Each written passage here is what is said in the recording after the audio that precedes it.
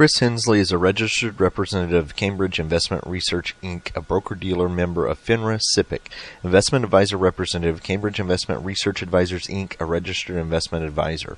Cambridge and Houston First Financial Group are not affiliated.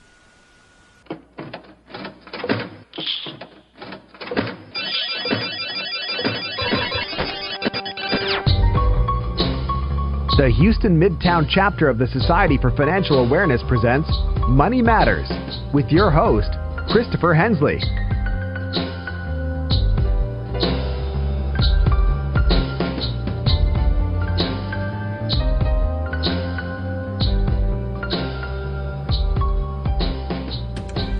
Good morning, everybody. You're listening to Money Matters on KPFT Houston. I'm Chris Hensley. The time is now 11 a.m. Got a great show lined up for you today. You know, as a financial advisor, one of the legs of financial planning or advising is generational wealth. It's the aspect of that's geared towards passing down stable, significant financial resources to future generations. So if that's one leg of financial planning, why is it that so many generations dwindle the money away right away after they get it? What's going on with that? Our guest today is Chuck Self, and we will do kind of a deep dive into intergenerational wealth transfer, look at some of the numbers behind that, and why is that a phenomenon that we run across or see pretty frequently. So please stay tuned, keep listening. If you are a longtime listener, you know we always take just the first few moments of the show to tell you a little bit about Houston Money Week and financial literacy in general, what's going on our calendar in the next couple of weeks here.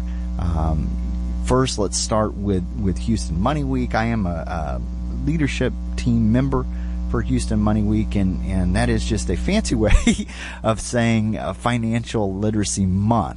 And so a lot of people know that in April it is Financial Literacy Month. Houston Money Week is our local representation of that. And when I say local, it started out local, but the footprint for Houston Money Week is really gone across the Houston and the Gulf Coast area. So we've got all the way up in the Woodlands and Conroe and at Texas Prairie View A&M and then all the way down to Galveston. So it kind of just the footprint has grown and grown each and every year after the more than 10 years that we've been doing Houston Money Week. Houston Money Week it's a free nonprofit it's an initiative, a citywide initiative to bring financial literacy classes and education really to everybody. It is, when I say nonprofit, it's actually an initiative where a bunch of groups get together. So it's a bunch of nonprofits through the United Way Coalition. It is a bunch of the banks, for-profit entities that are doing community reinvestment work. It is local city, state government. We part of this was started on Bank on Houston, which was originally out of the mayor's office. We've got, when I say schools, we've got high schools, we've got middle schools through the junior league. We've got the colleges, almost all of the colleges, University of Houston, Houston Community College, have participated in some way. And so that, even that we're just now at the beginning of 2020 here in January, but it's not going to be that long down the road before April is here. And so we are definitely up and running. Had our first leadership team meeting this week, actually, and we have a partnership meeting that is open to the public. That is going to be coming up on January 14th, and so I would encourage you to, if you are interested in becoming part of Houston Money Week or are finding out more, you can attend the meeting. That's at the United Way of Greater Houston, 50 WA. It's going to be at 2 p.m. on January 14th. You can always go to the website, houstonmoneyweek.org, to find out more information on that as well. A couple different ways to participate. We're always looking for other organizations that want to be a part of this. You can host an event. You can create an event yourself, or you can have a member come out and talk in front of your group of constituents or employees or students or petitioners. It just depends on the organization. So we always encourage people to come out to that meeting there January 14th at 2 p.m. To find out more. With that, let's go ahead and get Chuck on the line here so that we can make sure we have enough time to dive into our topic today. Chuck, are you there? Yes, I am. How you doing, Chris? I'm doing great. Thank you so much for joining the show today. Oh, thank you so much for having me.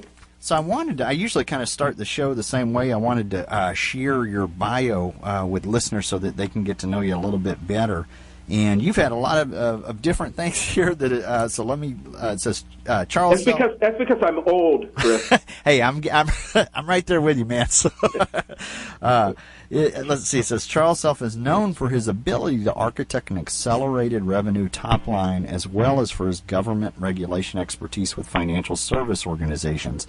You've had a robust career that has been a blend of focused to fixed income investment processes, followed by a concentration on sales, marketing, product management of alternative investment strategies. Over the years, you've been recruited by investment management organizations to grow assets under management and upgrade investment strategy and processes. So I love this, Chuck, because you're from the financial services world like I am. Yep, right. And so the topic that we're talking about today is that intergenerational wealth, or the trying to transfer wealth. For people who aren't even really familiar with what that is, can you explain a little bit about what that is?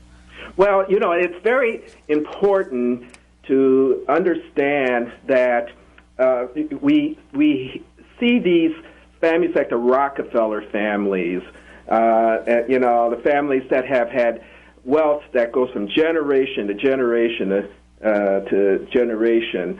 The families that behind the Standard Oil Trust of 100 years ago. And it turns out that is more the exception to the rule than the actual rule. And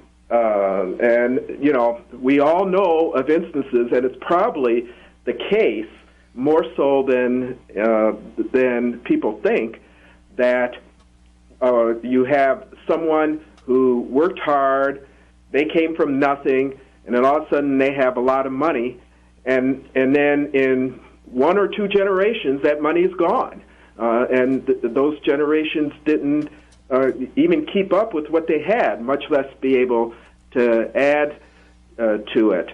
And so we're very fortunate in that we have this resource at the University of Michigan. Now, I'm a University of Minnesota Gopher alum, so I'm not a big fan of the other U of M. But in this case, they have a group that's called a Panel Study of Income Dynamics. And since 1968, they have been following families every 5 years or so to find out what their income and wealth situation is at that point in time. And just in the last couple of years, there has been some great peer-reviewed academic research that is giving us more insight on what happens to intergenerational wealth, the wealth that's passed from one family to the other. And when we talk about wealth, we talk about more than money. We talk about anything that helps people be able to create incomes for themselves. So we're in a very fortunate time, and almost everything that I'll talk to you about now has just come to light in the last couple of years.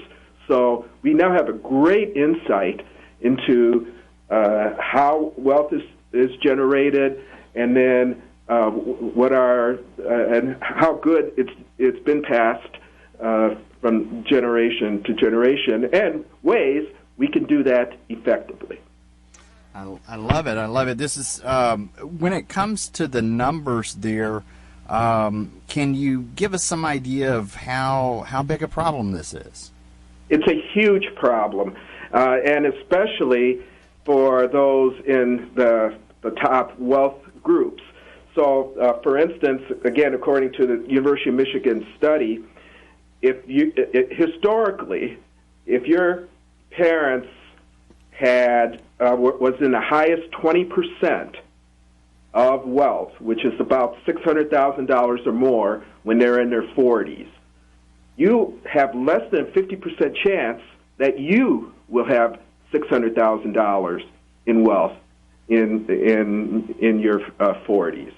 And in fact, you have about a 1/3, 33% chance of having less than $280,000 when you're in your 40s.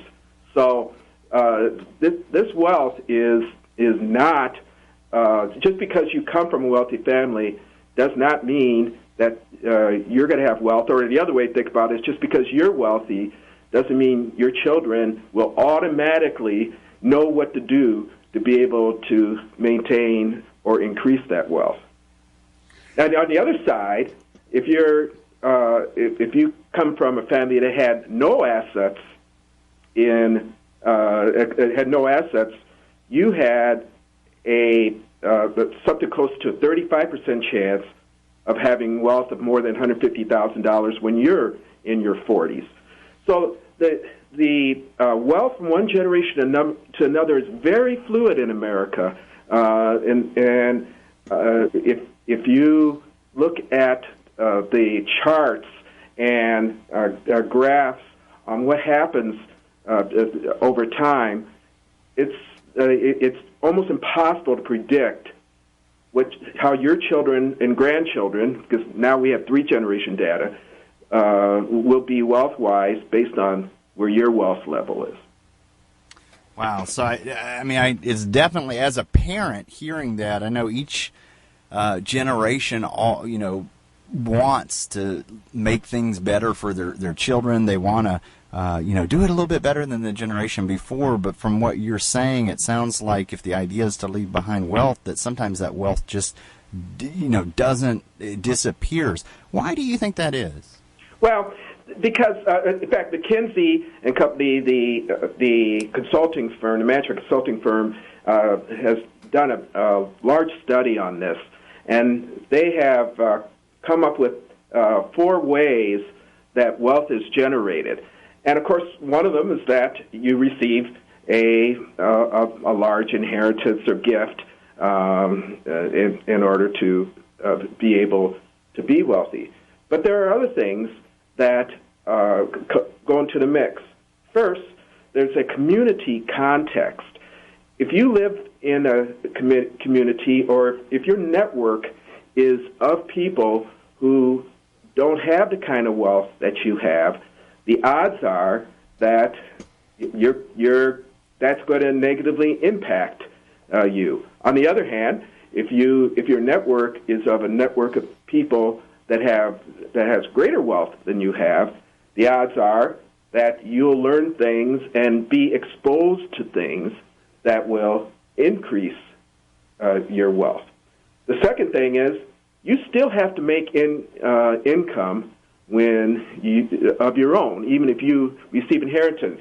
Now, obviously, if you're Bill Gates' child, this doesn't really apply a whole lot. But for the other 99% of us, the amount of income you yourself earn impacts what your wealth is going to be. And I think the connection is logical.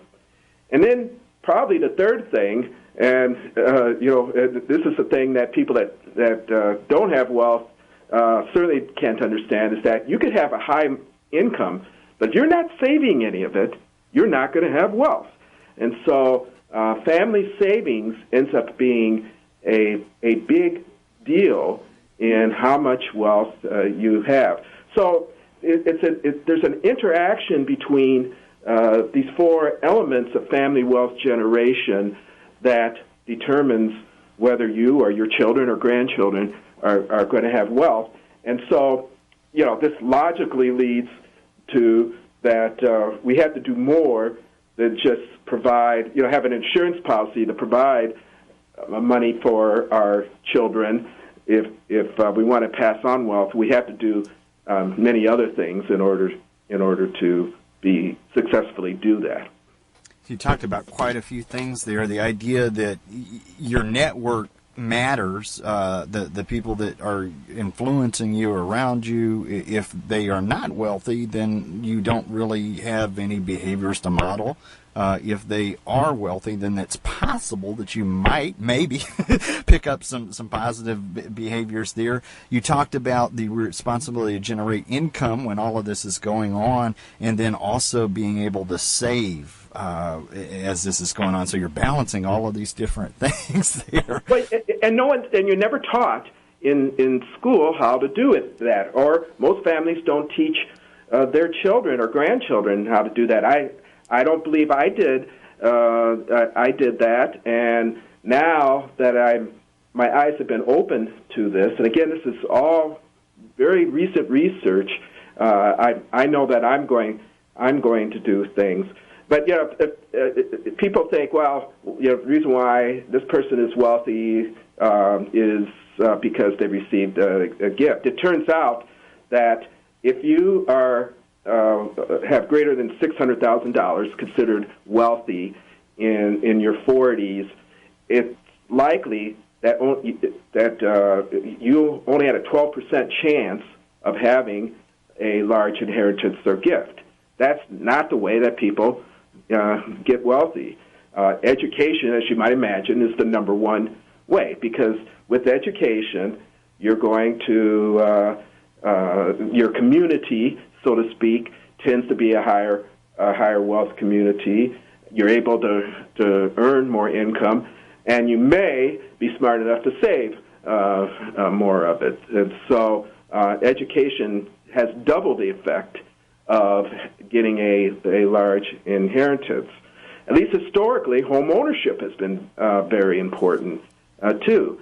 And again, it goes into this whole paradigm that we're talking about, because if you are a homeowner, you tend again to be in a strong community context, and the home itself is allowing you to save, and hopefully appreciate. We'll see if that will continue in the future, but at least you're saving by paying your mortgage payments, and so all these things that I think we usually think creates wealth it's not an easy thing to manage, even in your own family. And then when you get down to children and grandchildren, it's even more difficult. Wow! So that you're going from the first generation, second generation, all the way down to the grandchildren there.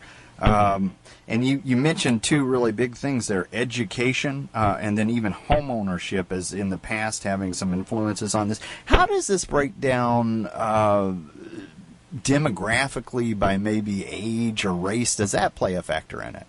Yes, well, it has historically.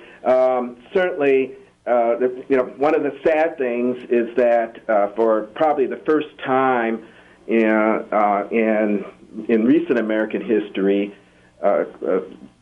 people in their 40s have less wealth than their parents have.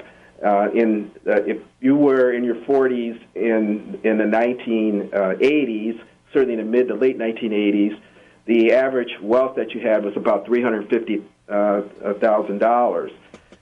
In the decade that just passed, if you were in your mid 40s, your average wealth was about $330,000. So you're actually down 8 or 9% from your parents on average. Now, of course, there's a wide range of what happens there, but that statistic that blew me away was that if you were in your 40s in the mid to late 80s, you had only about a 5% chance of not having any wealth at all, or actually being negative in your net worth. In the 2010s, that number went from 5% to 17%. If you were in your 40s, you had a 17% chance, 1 in 6 chance, that you had no net worth at all. So that has tripled in the last generation, and it's we can start talking about the causes of that. Certainly, housing prices have not been the same increase as it was for the people that were in their 40s and the 80s. The availability of debt, especially credit card debt, certainly has an influence on that.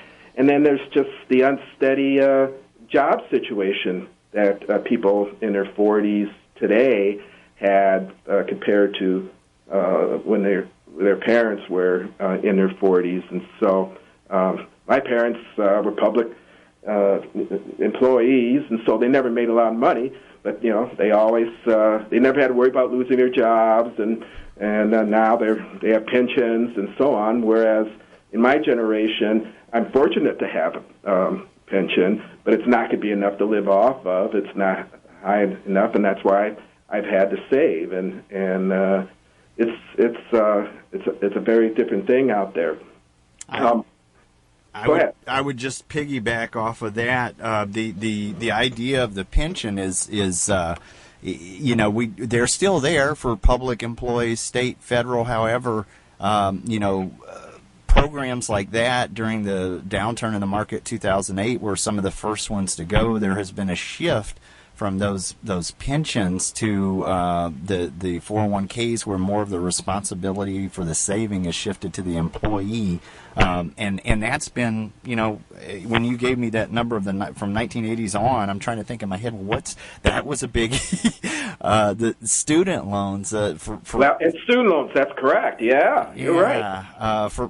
For us, having student loans was, I have younger clients that come in that they start in the six figures with the medical school and law school, and so it's definitely a moving target there.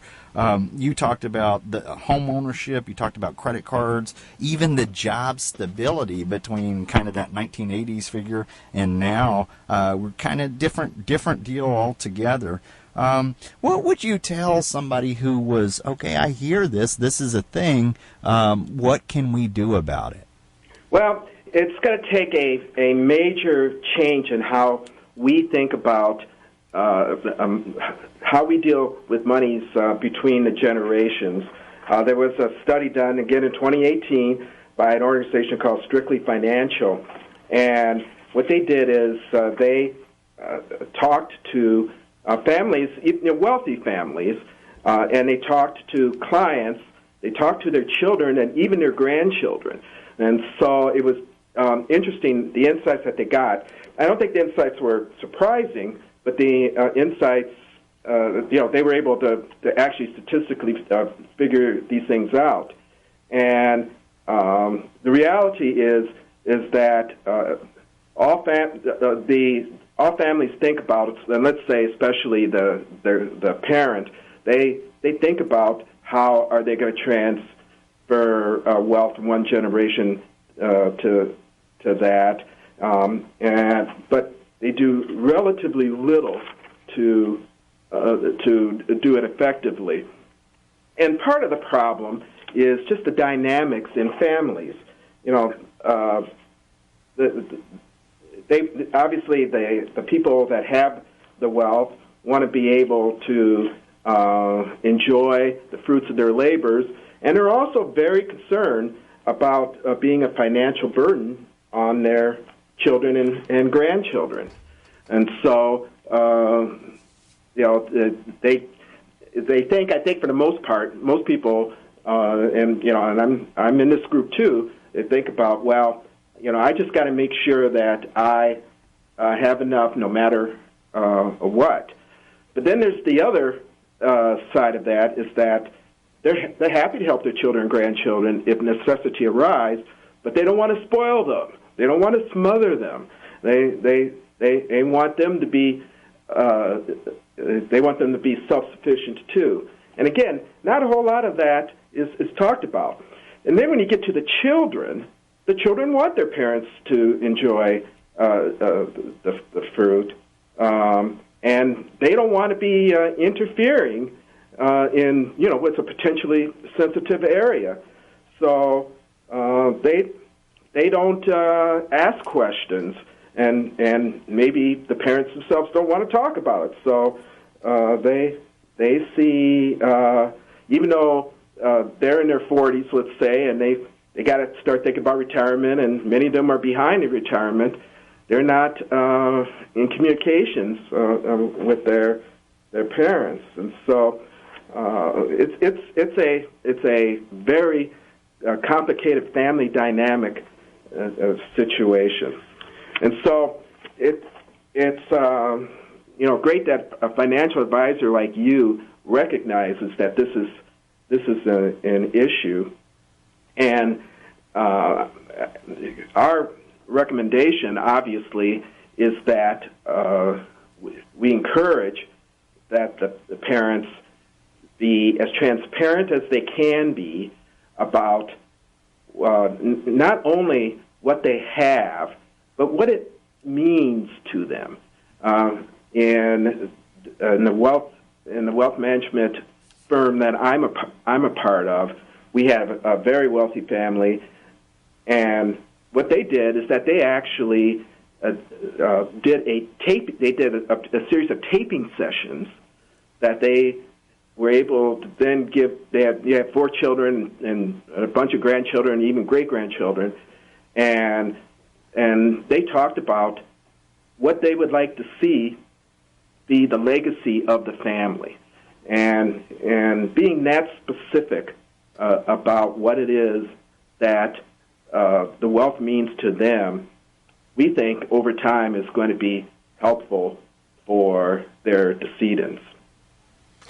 I love that. I love the fact that your company, for listeners who want to find out more, the website www.isectors, so ISECTORS.com. There's going to be a link to that on the podcast notes as well. But as being in a similar planning organization, one of the things that you do is you help facilitate that conversation. I really like the fact that you called it legacy, and sometimes legacy, there's not a dollar amount attached to it. Sometimes it's just the values that I put down here, meaning. What meaning do you want to leave behind? And the very first part of that is talking about it. And you mentioned transparency, and so sometimes there's this taboo of the parent not wanting to talk to the child about this stuff or involving them. And so the very first step is to start some of those conversations. And the thing that you recommended was for the parents to be pretty much as transparent as they can be on what they have. And then at the end of the day, when we pass away, what do you want to leave behind? A lot of those don't necessarily have dollar signs attached to it. So I like the idea of that recorded conversation, whether it's a video or an audio or something like that. That is pretty unique there. Do you have a story? Well, you just kind of shared that with a family there. Do you have a story where you've helped other families like that? Well, that's probably the most radical. It's not a common thing. But knowing that we only have a few minutes left, I did want to talk about one other thing. I think that the best thing that a parent can do is work with their child to get a financial advisor, and one that the child is very comfortable with. And in fact, I think that the best idea is that at some point that the parent also becomes a client of the child's advisor. That way, that's part of the legacy, because as you know, it's up to like 90% of children move from their parents' financial advisor when the parents die, and when the question is how much do they move to anybody else, or are they just out there on their own? And one of the things that I'm advocating is that parents help their children in choosing a financial advisor and being upfront with that financial advisor. I love that, because that's kind of backing into it as opposed to them just showing up starting with the relationship there with the parent and the child. And we know in reality when people pass away, a lot of times if the kids aren't brought into that relationship prior to that, they think they won the lottery or something. Right. And if the parents' goals as a financial advisor were to pass that on and they spend it down in the first year or so, then we don't know if that's actually that's most likely not what they were trying to do. I love that. Charles, we are right here at the end of the show. Thanks for listening to today's episode of Money Matters Podcast. If you enjoyed the show, visit us on the web at www.moneymatterspodcast.com. Drop us a line on SpeakPipe on the right-hand corner. It will receive any voicemails, questions, thoughts, concerns that you have about the show. In addition to this, we recently launched a Patreon campaign. Click on the Donate Now tab to hit the tip jar and find out what Patreon's campaign is all about.